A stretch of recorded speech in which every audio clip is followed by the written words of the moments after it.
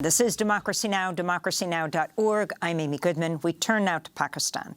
Earlier today, the Islamabad High Court granted bail for 2 weeks to former Pakistani Prime Minister Imran Khan, whose arrest earlier this week sparked mass protests.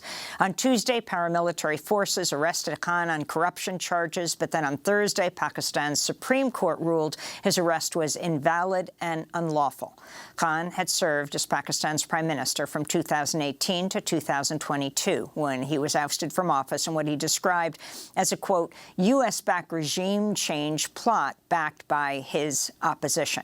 He's now blamed the military. Supporters of his political party, the PTI, say the latest charges are politically motivated and part of a broader campaign to silence Khan. In an attempt to quell the protests, Pakistan's police issued an emergency order earlier today to ban gatherings in Islamabad. Pakistan has also suspended mobile broadband and blocked access to social media apps, disrupting the lives of millions. Meanwhile, human rights groups accuse Pakistani forces of using excessive force on supporters of Imran Khan, who've taken to the streets in recent days. At least 10 protesters have been killed. Nearly 3,000 Khan supporters have been arrested. We're joined now by Mohammed Hanif. He's an award-winning writer and journalist based in Karachi. He's the former editor of the BBC Urdu service in London, where he's joining us from today. Welcome back to Democracy Now!, Mohammed Hanif. It's great to have you with us. Explain what's happening. Why was Imran Khan arrested, and now why was he released? I think they've been trying to arrest Imran Khan for quite a few months now. The main purpose is quite obvious. Elections are due, and they want to keep him out of the electoral race. Either they want to disqualify him or they want to put him behind bars. That seems to be the obvious purpose, because he was just thrown out of the government a year ago. And since then, he has been on a war path. And that's not new. Almost every single prime minister in Pakistan's history at some point has fallen out with the army, which is considered the all-powerful in Pakistan. But what Imran Khan has managed to do is that he's managed to polarize what's called establishment in Pakistan, which is the higher judiciary and military itself. So people were hoping that after they put him behind bars, they'll be managed to throw away the key, and that's where he will stay. But he was there under arrest for 2 days, and then Supreme Court, the Chief Justice himself, called him, said, "I'm very happy to see you."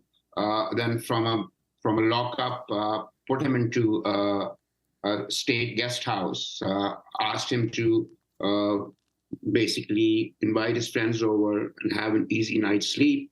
And then today he appeared in the court again, and he was granted bail. So now he's a free man to move. So basically what Imran Khan has managed to achieve is, which no other politician has, I think, in the past, is that he's managed to polarize the establishment itself. So they don't quite know what to do with him, because they put him behind the bars. And as Imran Khan has warned, if you arrest me, the country will burn. And the country did burn. And now they've released him, but there are dozens and dozens of cases against him, some very flimsy, some substantial, and I think they will probably go after him again. He seems to be extremely popular throughout Pakistan. Can you explain who his supporters are, and just give us the overall political landscape, why at this point they arrested him? We keep hearing that he is extremely popular, and the interesting thing is that he's popular amongst people who are basically used to be a bit apolitical. In every democracy, there's a chunk of people who actually hate politics. So there were lots of haters in Pakistan who did not like the way things were going. And they're usually middle-class people, a lot of them. They're people, lots of women who were politically disengaged, lots of young people who were not interested in politics, or just hated the idea of these old politicians who've been running the country. These were also the same people who loved the army. And when Imran Khan came into power, it was a quite well-known fact that he was groomed by the army. He was supported by the army. While he was in power, he said repeatedly that he and army, they were on one page. In fact, he's basically confessed that he was a puppet for the army. That everything that he did while he was in power, he did because army told him to do so. But when he was thrown out of power after a no confidence vote, he went on a war path. So all these people who were supporting him and supporting the army, now they have turned against the army. So look at it like a lover's quarrel, and those quarrels can be very, very bitter and sometimes very violent. So that's why we saw what we saw in Lahore. The army commander, who basically controls Lahore, and in a way is kind of, sort of probably more powerful than any politician in Lahore. His house was ransacked, set on fire. It was looted. So army is probably just beginning to realize that they have created something that they cannot control anymore. Imran Khan described the coup that replaced him as a U.S.-backed regime change, but then seemed to shift and blame the Pakistani military. Can you explain the dynamic there? The fun fact about Imran Khan is that he can say something today, and he can say completely opposite tomorrow, and his supporters would still love him. So he's a man that you cannot accuse of that he's contradicting himself, because that is not his weakness, that's almost his strength. So when he was removed, he did say that it was a US-backed conspiracy. Then he's changed his mind very many times. Then he said that it was Pakistani generals who were traitors, who betrayed him and betrayed the country. He's called them all kinds of names. And since then, we keep hearing, you guys probably know this better, that he's been hiring lobbyists in Washington, D.C. to kind of to smooth things over with the United States establishment. I don't even know if they're interested or not.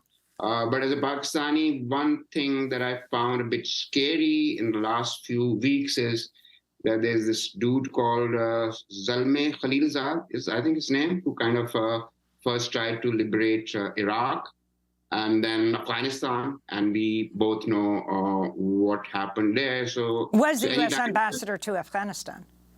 Yes, he was. So, and then before, I think he was involved somehow in Iraq as well. So every time we hear his name, we hear mass murder, basically, of world class. So he's somebody who's been campaigning on his behalf. I have no idea whether he's a paid lobbyist or just because he's out of job and he's looking for another cause, another country to save. So I would only, as a citizen, say that God save Pakistan from Zalmay Khalilzad and likes of him. Do you fear a military takeover in Pakistan now, or would you say that's already happened? I think Pakistan is in such a big economic mess right now. I mean, till last month and even now, people are standing in long queues just to purchase, flour to make their bread, and things are so bad that they haven't been so bad in a long time. And army would have moved in if they knew that they could handle the country economically, and which they can't. Things are as desperate as they can be. So they kind of they are trying to run things, but it seems that they can't anymore. And if they resort to brute force, which they have done in the past, I think we will get into probably a much bigger mess than we are in right now. And I think probably army fears that too. So I don't think there will be any direct takeover by the army. They will try to do what they've been doing in the past. They'll stay on the sidelines, and they will try to run things. But increasingly, it seems that they're not able to do what they've been able to do in the past. Mohammed Hanif, we want to thank you for being with us, award-winning Pakistani writer and journalist based in Karachi, former editor of the BBC Urdu service in London, speaking to us from London.